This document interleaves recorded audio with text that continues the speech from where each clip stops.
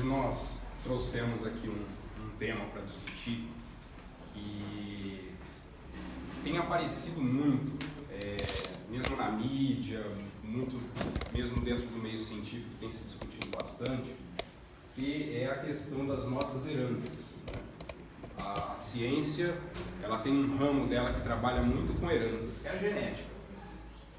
E se tem muito discutido o quanto que a genética, ou seja, a nossa carga genética que cada um de nós carrega, é capaz de definir como vai ser a nossa vida. As nossas características, as nossas doenças, aquilo que vai acontecer conosco.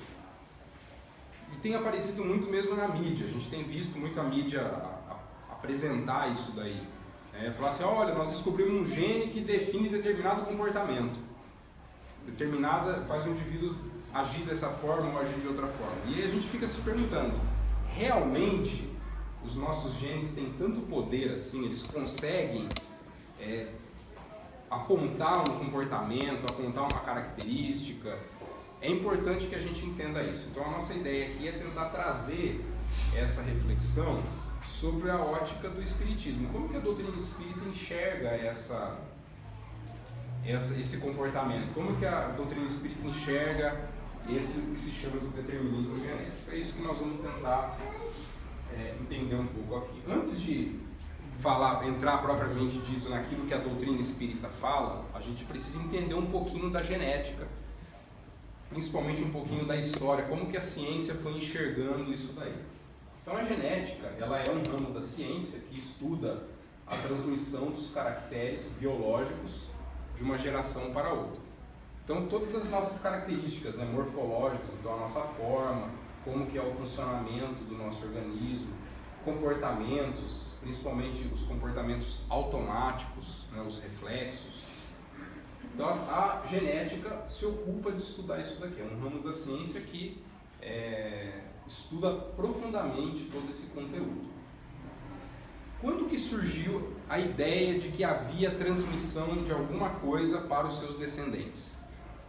Essa é uma ideia que já existe há bastante tempo, mas quem trouxe uma sistematização, um estudo mais detalhado a respeito disso foi esse indivíduo aqui, Gregor Mendel. Gregor Mendel era um padre, que era professor de física, de matemática, de ciências naturais. Ele vivia lá no convento de Brünn, na Áustria. E o Mendel desenvolveu uma série de experiências nesse período que ele vivia lá no convento. E uma das suas experiências foi estudando as ervilhas, em que ele detectou nas ervilhas que havia realmente uma transmissão de caracteres das ervilhas pais, vamos dizer assim, das ervilhas ancestrais com os seus descendentes. Então ele foi fazendo cruzamentos com características, pegava as ervilhas com características específicas, fazia os seus cruzamentos e via como que as sementes que eram geradas a partir dali, que tipo de ervilha que ela ia produzir.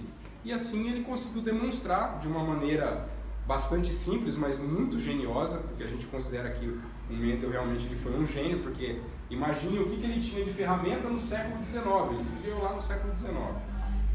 Ferramenta daquela época, para se estudar, para se fazer pesquisa, era extremamente rudimentar. Então o indivíduo dependia muito da sua genialidade, da sua percepção, e ele foi muito genioso ao perceber que essas características eram transmitidas e como se dava essa transmissão.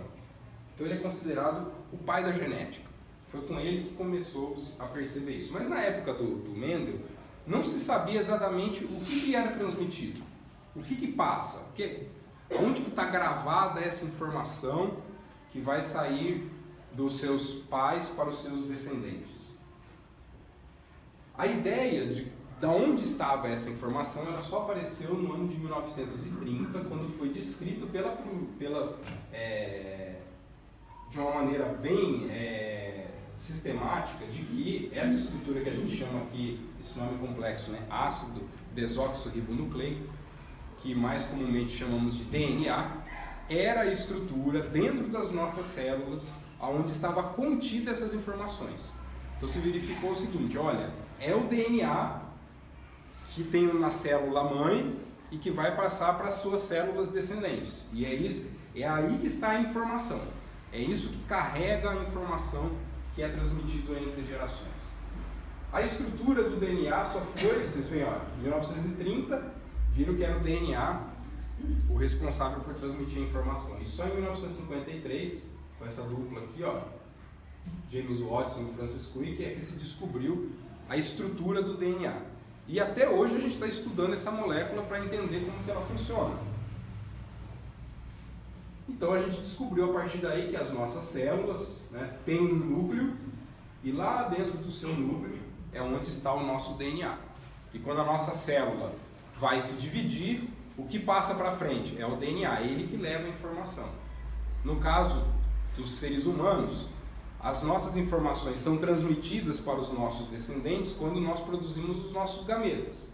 Então, seja o homem quando produz o espermatozoide, a mulher quando produz o óvulo, dentro deles está contido o DNA, que é onde tem as informações que estão vindo lá do pai e que estão vindo da mãe.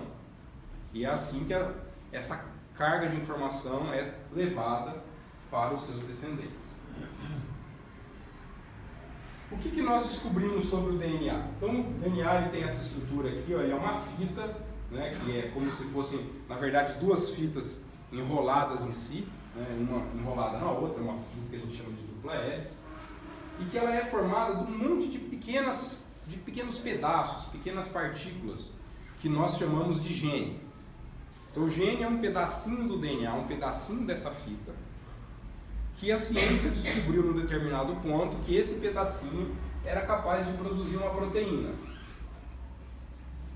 E era por isso que o DNA conseguia levar essa informação, porque olha, a proteína é o que vai nos dar as nossas características.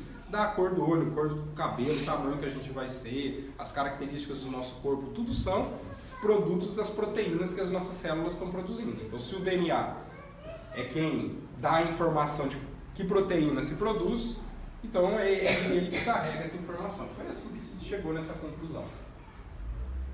E se descobriu também que esse DNA pode sofrer mudanças, mutações.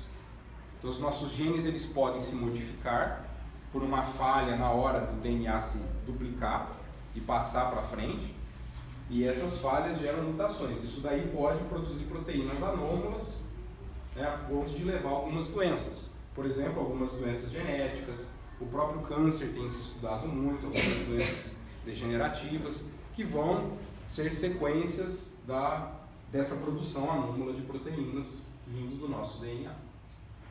Muito bem. A partir desse conhecimento, a ciência, isso estou falando, a ciência lá na final da década de 70, começo da década de 80, tinha todas essas informações aqui.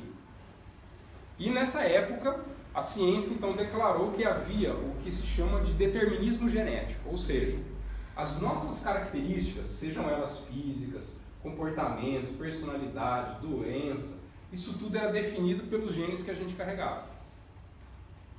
Esse era o conceito que a ciência da época passou a ter. Olha, de acordo com o perfil de gene que o indivíduo tem, é o que vai definir quais são as características dele, as doenças que ele vai ter, tudo que vai decorrer na vida desse indivíduo. E isso é o que se passou a chamar de determinismo genético. De maneira que nós, vamos dizer assim, não teríamos a liberdade de escolha. Olha, se você nasceu com essa carga de genes, que veio do pai e da mãe, misturou, deu a nossa. Você vai ter que levar isso daí o resto da vida. Então, as suas características são definidas por isso. Então, essa era a ideia que a ciência tinha na época, era o determinismo genético. Então, a gente não tinha muita escolha.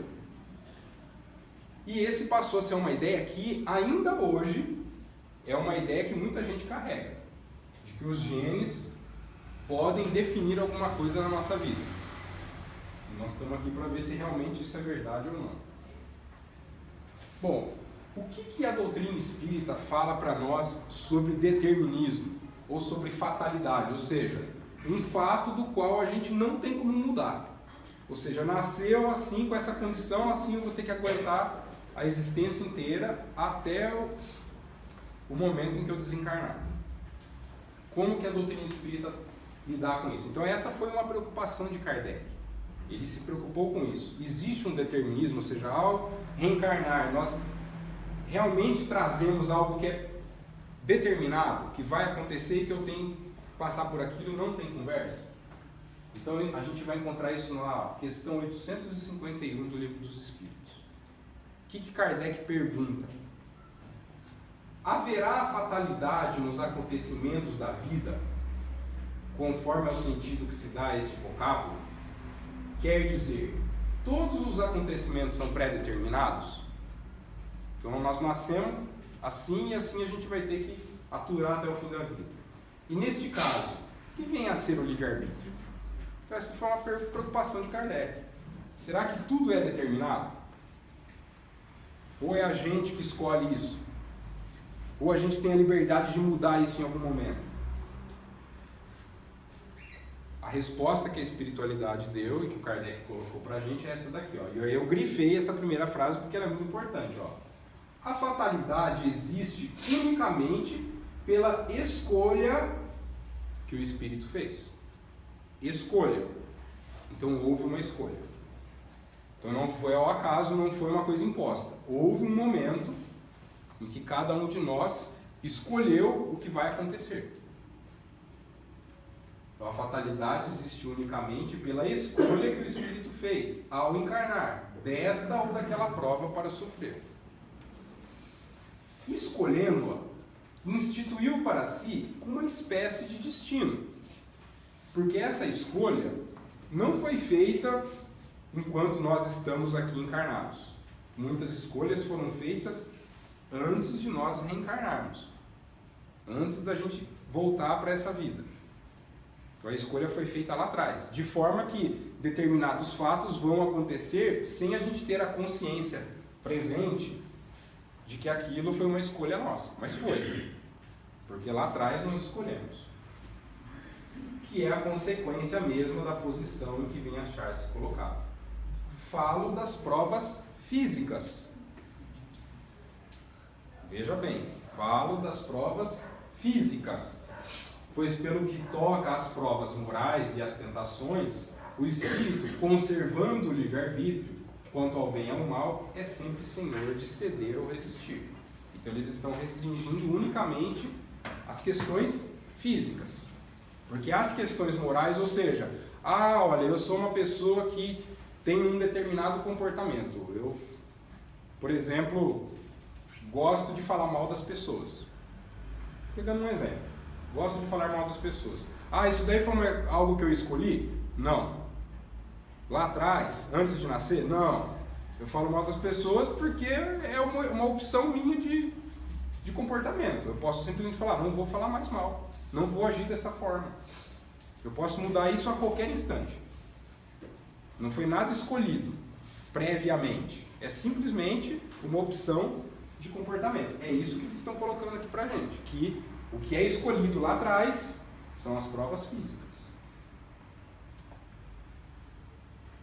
Esse desenho aqui é para a gente entender a resposta dessa pergunta que o Kardec faz, que é muito importante. Isso aqui são conceitos muito importantes que existem na doutrina espírita. Vejam bem, em existências anteriores, nós tivemos muitas ações. Algumas ações boas, algumas ações ruins. O que define se uma ação é boa ou ruim? É se ela está indo a favor das leis divinas ou se ela está indo contrário às leis divinas. Toda vez que a gente age em favor das leis divinas, é uma atitude boa, que vai causar bem tanto para nós quanto para os que estão à nossa volta. Se a gente age contrariamente às leis divinas, a gente está fazendo uma atitude, promovendo uma atitude que nós chamamos de uma atitude má, uma atitude negativa, que nos causa mal e pode causar mal às pessoas que estão no nosso entorno. Ocorre que o espírito ele precisa evoluir. Todos nós precisamos evoluir. Porque quando Deus nos criou lá como espíritos simples e ignorantes, ele tinha um objetivo para todos nós, que éramos todos nós alcançarmos a perfeição. E esse é o nosso objetivo. Essa, vamos dizer assim, se existe uma fatalidade verdadeira na nossa existência, é essa. Nós um dia seremos perfeitos e felizes, querendo a gente ou não. Essa é a nossa fatalidade. É alcançar a felicidade suprema. Que nós somos feitos para isso. Mas Deus precisava encontrar um mecanismo que permitisse com que a gente conseguisse caminhar. Porque se ele caminhasse por nós, não era mérito nosso alcançar esse estado pleno de felicidade e de perfeição.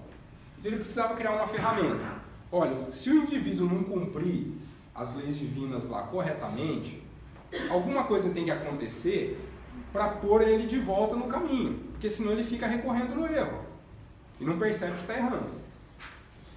Para isso, o que Deus fez? Ele criou uma lei chamada lei de causa e efeito. Foi para isso que existe lei de causa e efeito. É para fazer o quê? Para devolver a gente para o nosso caminho. Então a lei de causa e efeito tem esse objetivo. Se eu cometi uma atitude que vai contrária às leis divinas, alguma coisa tem que acontecer para me despertar e falar assim, olha, volte no seu caminho. Então é a lei de causa e efeito, também chamada lei de ação e reação. É a busca do equilíbrio para o espírito, é para a gente se equilibrar. Para isso que elas existem. Como acontece a lei de causa e efeito?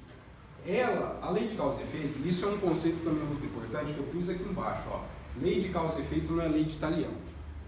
Dentro do movimento espírita, a gente vê muita gente tendo o conceito de que a lei de causa e efeito é a mesma coisa que a lei de Talião. O que é a lei de Talião? Isso é uma lei lá da antiguidade, chamada lei do olho por olho, dente por dente. Ou seja, se eu causei um determinado mal, aquilo ali tem que acontecer comigo para eu poder sentir, vamos dizer assim, na pele o que é a causar aquele mal. Como uma maneira de expiar, de purgar aquele mal. Esse é um conceito que muita gente traz. Não que isso não aconteça, mas isto não é a lei de causa e efeito. Porque a reação, ou seja, o efeito, mediante uma causa, por exemplo, uma atitude negativa que nós tivemos, ele pode ser de inúmeras variedades, ele pode ser infinito. Não existe uma regra. Cada um de nós é que vai definir qual que é o efeito. De acordo com o quê? Com a nossa inteligência, com a nossa evolução moral e com o nosso livre-arbítrio. Então isso vai variar. Uma mesma atitude provocada por pessoas diferentes podem gerar efeitos totalmente distintos. Porque vai depender do quê? Daquele indivíduo, da sua condição, da sua evolução, do seu livre-arbítrio, de como ele encara aquele contexto. Vou dar um exemplo muito simples. Por exemplo, um indivíduo que numa existência passada, por exemplo, foi um alcoólatra. Foi uma pessoa que abusou muito do álcool e teve graves consequências em relação a isso. O que pode acontecer com esse indivíduo? Se a gente pensasse na lei de Talião, a gente pensaria assim, na próxima vida, quando ele reencarnar, ele vai ter que ter um problema no fígado. Ou ele vai ter que ter um problema, sei lá, no esôfago, no estômago, para poder pagar aquela atitude que ele teve lá no passado de ficar bebendo. Essa é uma possibilidade? É uma possibilidade, mas ela não é a única possibilidade. Essa é uma possibilidade diante de uma pessoa, por exemplo, que, vamos dizer assim, sente-se culpado pela atitude que fez. Olha, eu me culpei, né, eu me arrependi, mas eu me culpei por aquilo. Fiquei me martirizando. Mas se nós lembrarmos, lá no livro Céu e Inferno, no capítulo 7, o capítulo 7 do Céu e Inferno, ele se chama Código Penal da Vida Futura. No item 16, se vocês procurarem lá, no item 16, Kardec fala o seguinte pra gente, olha, diante de toda atitude negativa, se sucedem 3 fenômenos. O primeiro é o arrependimento, ou seja, reconheci o meu erro. Depois pode vir a expiação, ou seja, é eu sofrer por aquele erro. A expiação vem do nosso sentimento de culpa. E tem a fase da reparação, que é, eu errei, o que eu posso fazer para consertar o meu erro? A expiação, ela não é, vamos dizer assim, algo obrigatório, a gente precisa expiar. Não, a expiação ela é uma condição nossa. Por que a gente expia? Porque a gente não se aceita, a gente não aceita a si próprio. Então a gente comete um erro, percebe que errou, então é o arrependimento, mas aí a gente fica se culpando, porque a gente ainda é muito orgulhoso. Nós carregamos ainda um grau de orgulho dentro de nós muito grande. A gente não aceita a si próprio, então a gente se culpa. Esse é um processo natural que a gente sofre, a gente fica se culpando. A culpa é que vai gerar expiação. Então, nesse exemplo que eu dei, por exemplo, o indivíduo bebeu lá na vida passada, aí nessa existência ele vem lá com um problema no fígado, por exemplo, porque ele ficou se culpando e pode ter projetado sobre o fígado um problema que ao reencarnar ele vem com aquilo. Mas, por exemplo, ele pode ter um outro comportamento. Se ele for um indivíduo que já está numa condição moral melhor, ele pode pensar assim, puxa, eu errei, cometi um erro. Mas o que eu posso fazer para reparar? Em vez de ficar aqui sofrendo, sentindo dor, passando por um problema, será que eu não posso trabalhar para resolver isso? Então ele pode, por exemplo, reencarnar com uma outra condição. Ele não pode não vir doente, mas pode vir, por exemplo, com um compromisso de ser, por exemplo, um profissional da saúde mental e trabalhar ajudando pessoas que são alcoólatras. E tentar fazer com que essas pessoas superem esse problema. É uma outra maneira dele resgatar o erro. Ele não precisa necessariamente sofrer. Por isso que a gente fala que a lei de causa e efeito não é lei de talião. Cada um vai reagir de uma forma diante de um erro. Mas é a lei de causa e efeito que vai definir as nossas necessidades reencarnatórias. Ou seja, quando a gente vai reencarnar, a gente tem uma listinha lá. Ó. O que eu preciso cumprir nessa existência? Quais são as minhas necessidades para evoluir, para me tornar um espírito melhor? Isso vai gerar um planejamento existencial. Então tem todo um planejamento, que a espiritualidade programa. Olha, vai reencarnar, o que esse indivíduo vai ter que ter na vida? E isso daí vai definir as nossas consequências atuais. Ou seja, muitos dos fatos da nossa vida vão estar sendo definidos nesse planejamento aqui, ó. E que vão acontecer, né, referente às questões físicas propriamente ditas, né, como o Kardec coloca para nós, pela nossa necessidade. Então esse planejamento vai acontecer lá atrás. Mas aí a gente pode se perguntar, né, poxa, mas, por exemplo, eu tenho uma necessidade de ter uma determinada doença. Por um problema que eu tive no passado, eu venho com uma necessidade de ter uma determinada doença. Como é que acontece? Porque se eu tenho aqui uma carga genética que define o meu corpo físico, como é que eu vou ter uma doença A, B ou C? Se isso é uma necessidade do espírito e não do corpo físico. Isso é uma questão que muita gente já tentou levantar.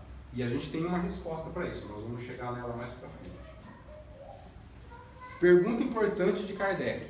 Questão 860 do Livro dos Espíritos. Pode o homem, pela sua vontade, por seus atos, fazer que se não deem acontecimentos que deveriam verificar-se reciprocamente? Ou seja, eu tinha um planejamento para acontecer uma série de fatos. Eu posso, ao longo da minha vida, mudar isso? Essa é a pergunta de Kardec. Ou, tinha um determinado fato que não era para acontecer, mas ele acontece. Pode ter sido eu a provocar esse fato? A resposta é, pode. Então a gente pode mudar isso no meio do caminho. Se essa aparente mudança na ordem dos fatos tiver cabimento na sequência da vida que ele escolheu. Então, a depender do nosso comportamento ao longo da existência, determinados fatos podem não acontecer, de acordo com o que foi planejado. Outros que não foram planejados podem acontecer mediante aquilo que a gente definiu. Então, as nossas atitudes, elas vão instantaneamente modificando a lei lá de causa e efeito. Quer dizer, aquele efeito que foi programado, que foi projetado para acontecer, ele está o tempo todo sendo regido pela lei de causa e efeito. Então, se eu estou mudando, vamos dizer assim, interferindo na causa, o efeito também pode se modificar ao longo do tempo. Então, nem sempre tudo acontece como foi programado. Bom, voltamos lá na ciência. Esse foi só um parênteses. O que a doutrina espírita pensa de fatalidade e de determinismo. Então, na nossa visão espírita, não existe uma fatalidade nem um determinismo. Tudo é escolha nossa. Tudo fomos nós que definimos. Nós vamos chegar mais para frente para entender melhor isso. Mas a ciência, final da década de 80, pensou o seguinte: olha, se os genes definem tudo, se nós conhecermos todos os genes do ser humano, nós temos o controle do nosso corpo completo. Porque se o gene é que vai definir como que a gente age, como que a gente é, as nossas características, as nossas doenças, tudo, temos o controle de tudo. Então eles pensaram lá, ó, vamos montar um projeto para mapear o genoma humano inteiro. Que foi o Projeto Genoma, o famoso Projeto Genoma, que começou em 1989, coordenado por esses dois indivíduos, ó, James Watson, aquele mesmo que ajudou a descrever a estrutura do DNA, e o Francis Collins. Um projeto que foi desenvolvido nos Estados Unidos e que foram gastos bilhões de dólares para se mapear o genoma humano. O que se pensava? Olha, cada gene nosso é responsável por produzir uma proteína. Nós temos no nosso corpo em torno de 120 mil proteínas. Isso significa que nós devemos ter 120 mil genes. Raciocínio lógico. Então, quando eles montaram o Projeto Genoma, eles foram atrás de 120 mil genes. Porém, em 2000, saiu o resultado do Projeto Genoma. E isso foi, vamos dizer assim, escandaloso. Foi uma surpresa que abalou o mundo científico. Por quê? Primeiro, só foram encontrados 23 mil genes no ser humano. Se esperava 120 mil. Só acharam 23 mil, quase 100 mil a menos. O que eles verificaram? Que a quantidade de genes que tem no nosso corpo, 23 mil, é a mesma que um pé de milho, que um verme, que um rato de laboratório. É a mesma quantidade de genes. E quase todos os genes são iguais a um pé de milho, a um verme, a um rato de laboratório. O que faz de nós, seres humanos, é apenas 3% da nossa carga genética. O restante é tudo igual. Então é quase nada. Quase nada dos nossos genes nos diferencia de qualquer um outro ser vivo do planeta. Para vocês verem a complexidade disso. Bom, se só tinha 23 mil genes no DNA e a gente tem 120 mil proteínas, isso significa que um gene produz mais de uma proteína.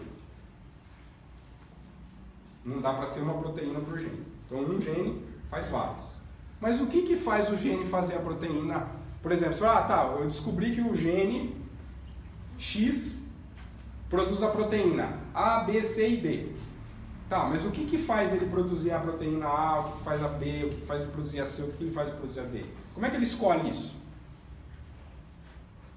O Projeto Genoma não conseguiu trazer essa resposta. Só trouxe dúvida. Nós não sabemos o que faz produzir a proteína. E isso tornou, essa questão do determinismo genético um abalo muito grande dentro da ciência. Por quê? Porque eles viram assim, olha, o gene não manda nada. Ele deve estar sendo mandado por alguém.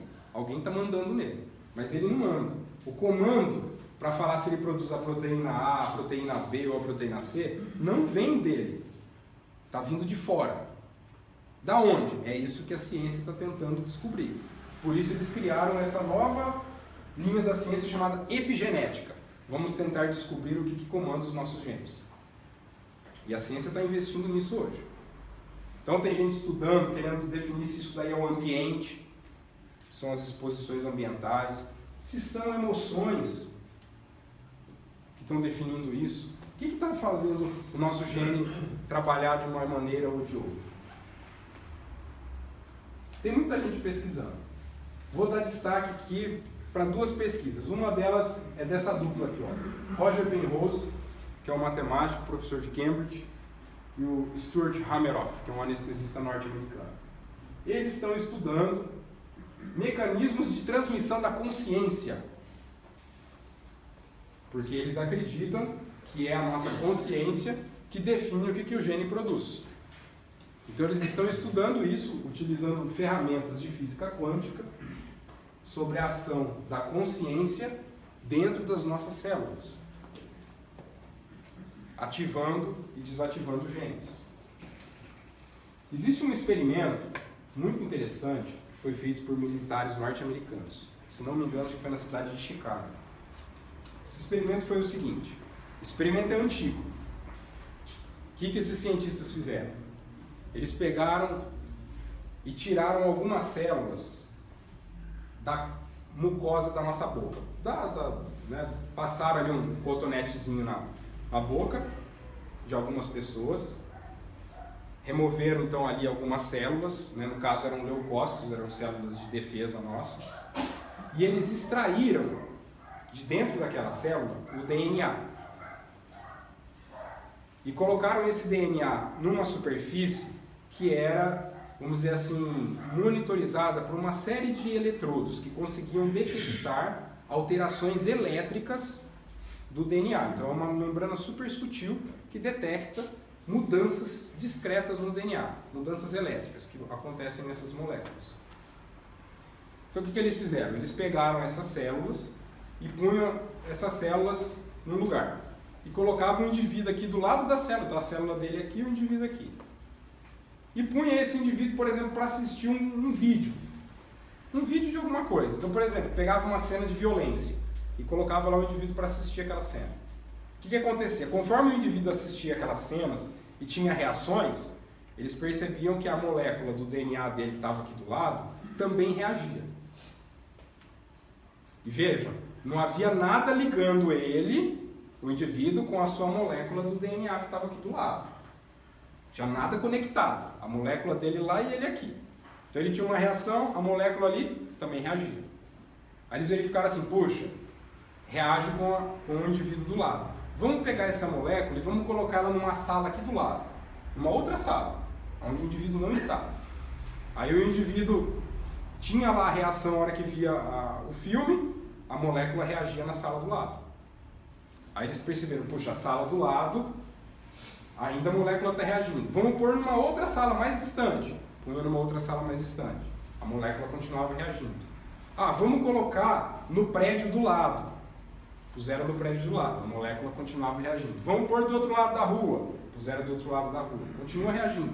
Vamos colocar num outro ponto da cidade. A molécula continuava reagindo.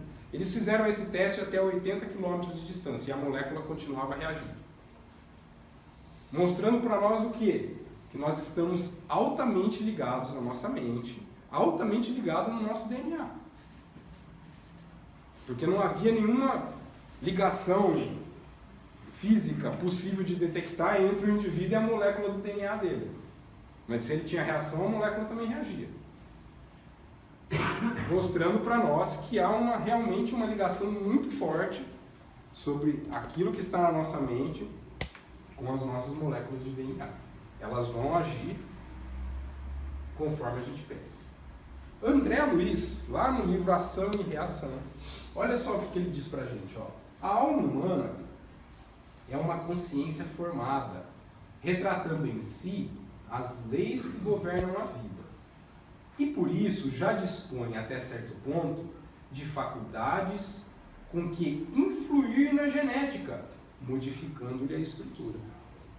Veja bem, há muitas décadas atrás, André Luiz já nos trouxe essa informação. Nós dispomos até certo ponto de faculdades para influir na genética, modificando-lhe a estrutura. Esse experimento que foi feito pelos militares norte-americanos nada mais estava mostrando do que isso. Então nós temos essa ação. E aí, a proposta nossa espírita é qual? Quem está dando ordem nos nossos genes? É o espírito.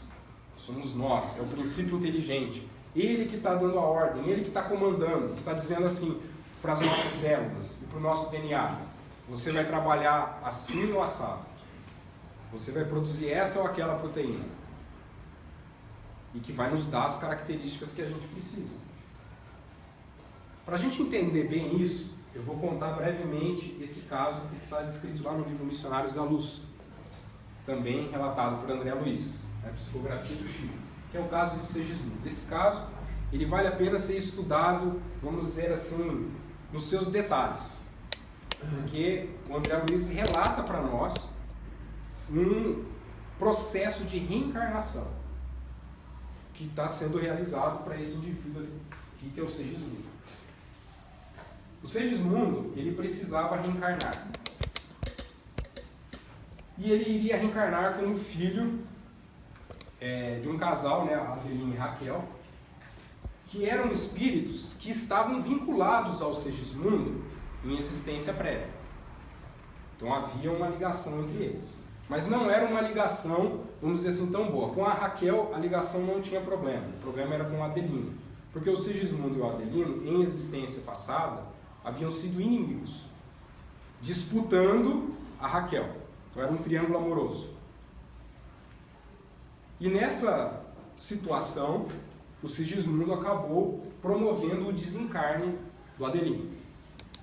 E ele carregava um sentimento de culpa muito grande por isso. E ele queria reencarnar e gostaria de reencarnar como filho do casal. Principalmente para quê? Para ele se reaver, se acertar com o Adelino, que seria o pai dele.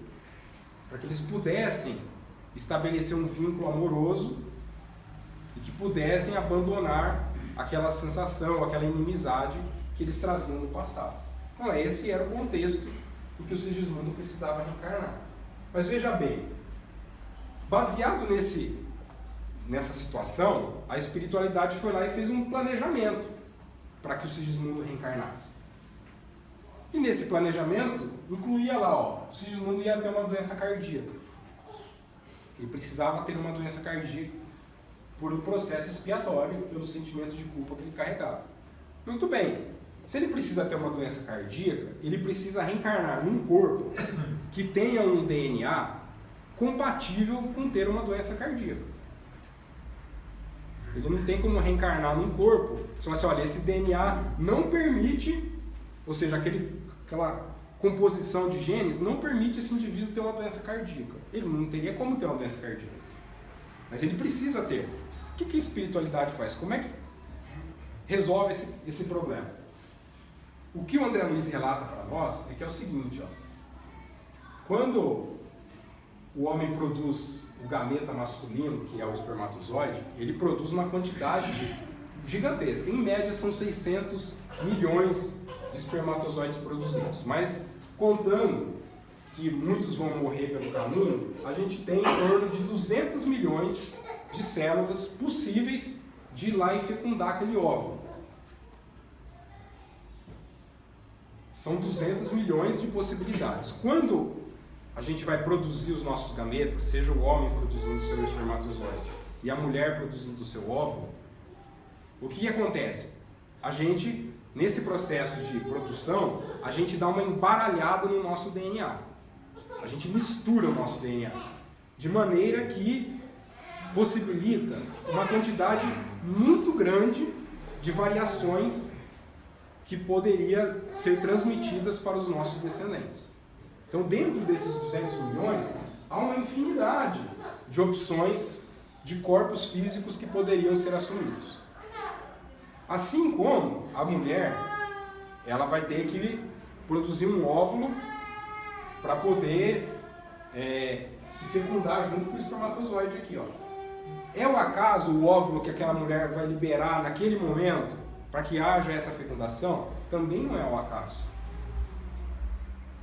E o que é interessante é que André Luiz nos conta que esse mecanismo, ele é um mecanismo natural. A reencarnação é um mecanismo natural. No caso do Segismundo, ele foi todo arquitetado pela espiritualidade superior, que estava lá para promover tudo isso. Mas se não houvesse a espiritualidade superior, esse processo aconteceria da mesma forma. Por quê? Porque André Luiz nos diz o seguinte: as condições reencarnatórias que o indivíduo tem trazem para ele, vamos dizer assim, imantam o seu perispírito, o seu corpo espiritual, de uma carga magnética que faz com que o indivíduo magnetize o espermatozoide que mais atende às suas necessidades, que tem a carga genética que mais está atendendo às suas necessidades, assim como o óvulo.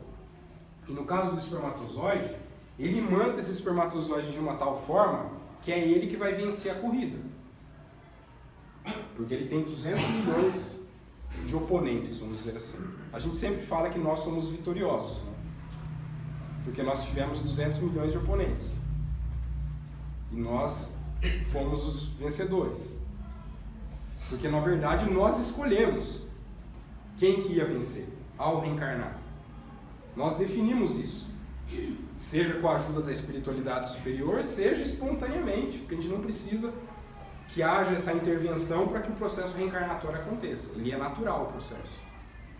Mas isso é muito interessante. Por quê? Porque essa sintonia do espírito com o DNA do gameta vai já definir lá no nascimento, olha, que corpo que eu vou ter, que características eu preciso carregar para atender as minhas necessidades reencarnatórias. E olha só, trouxe esse trechinho do André Luiz falando do X-Mundo só para a gente perceber o que interfere em como nós seremos fisicamente, nosso corpo físico. Olha só. A forma física futura do nosso amigo Segismundo dependerá dos cromossomos paternos e maternos, ou seja, depende do DNA que está vindo da mãe e do pai, que o próprio Segismundo já selecionou qual que ele precisaria ter.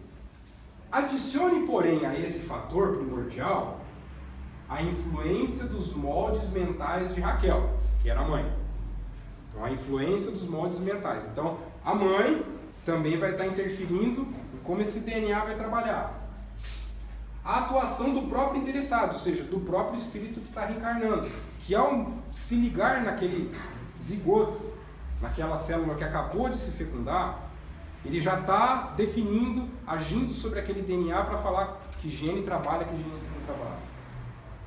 O concurso dos espíritos construtores, ou seja, a espiritualidade maior que trabalha nesse processo reencarnatório, que agirão como funcionários da natureza divina, invisíveis ao olhar terrestre.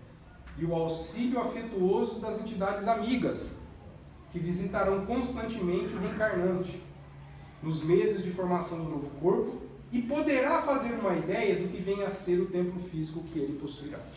Então vejam quantos fatores estão interferindo em como nós somos, no corpo que a gente carrega, nas características físicas que nós possuímos.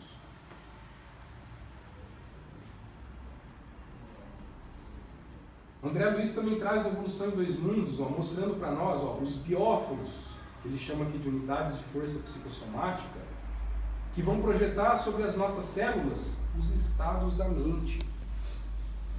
Ou seja, a nossa mente está o tempo todo comandando as nossas células. Através do quê? Do nosso DNA. Vai lá e ativa um gene, desativa outro, inibe esse, estimula aquele. O tempo todo fazendo isso. De acordo com o que a gente está sentindo, com o que a gente está pensando. Por isso que o que a gente pensa, o que a gente sente, é extremamente importante. A gente fala que a nossa vida mental, ela define aquilo que nós somos e define a nossa vida. Por quê? Porque é o que a gente está... E não é assim, é o pensamento de um momento. Não. É o do dia a dia. É aquele pensamento da rotina, daquilo que nós estamos vivendo no nosso dia a dia. Por isso que a gente fala, olha, a gente precisa pensar positivamente, a gente precisa pensar em coisas boas. Por quê? Porque pensar negativamente vai fazer o quê com os nossos genes? Que tipo de ação a nossa mente vai ter? Será que ela vai trazer coisas boas para o nosso próprio corpo físico?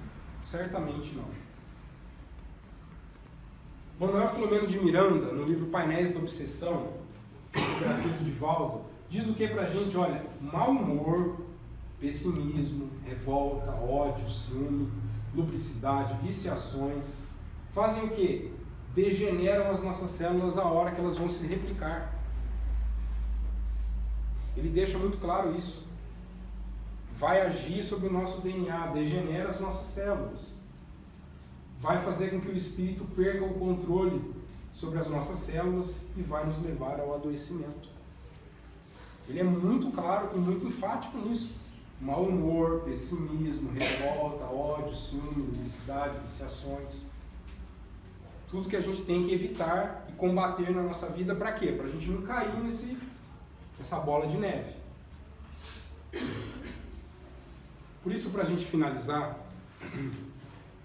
temos que sair daqui com alguns conceitos importantes.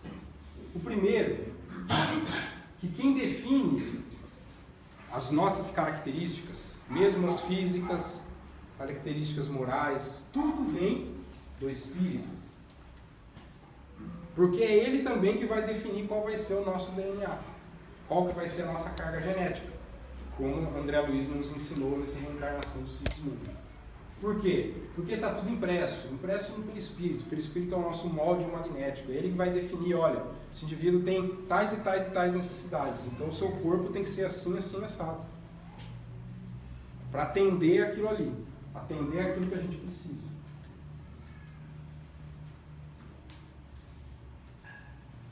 E que essa influência, né, sobre o corpo físico, ela é necessária para atender as nossas necessidades evolutivas, por conta da lei de causa e efeito, quer dizer, desde o momento da fecundação, durante toda a nossa vida. Porque a gente definiu lá o nosso DNA a hora que a gente foi reencarnar. Mas ao longo da existência, lembra daquela pergunta quando Kardec pergunta assim, olha, o indivíduo ele pode mudar um plano que ele fez ao longo da vida? Pode ser que eu tenha vindo com um DNA para ter uma determinada doença. E pode ser que eu não tenha. Por quê? Porque o meu comportamento pode ter promovido uma mudança, a ponto de que, olha, essa doença não é mais necessária. Não tenho mais a necessidade de passar por isso, então eu posso me livrar dela. Ou ela pode acontecer de uma maneira mais leve. Era para vir grave, mas vem leve, de uma maneira que é mais fácil de eu tratar, de eu controlar. Pode ser que eu reencarnei e não era para ter uma determinada doença. Não estava no plano. Mas o meu DNA permite, e eu estou bombardeando ele de coisas negativas, pode ser que uma determinada doença apareça e não estava nos planos. Isso também pode acontecer. Por isso que o nosso comportamento é essencial para definir aquilo que nós somos, aquilo que nós vivemos. Só queria terminar com essa frase do André Luiz, que na verdade foi dita pelo Alexandre, que é o mentor espiritual do André Luiz, nessa obra aí, Dicionário da Luz. Por isso mesmo, a criatura terrena herda tendências e não qualidades. Tendências. Guardem isso. Agradeço a atenção, gente. Muito obrigado.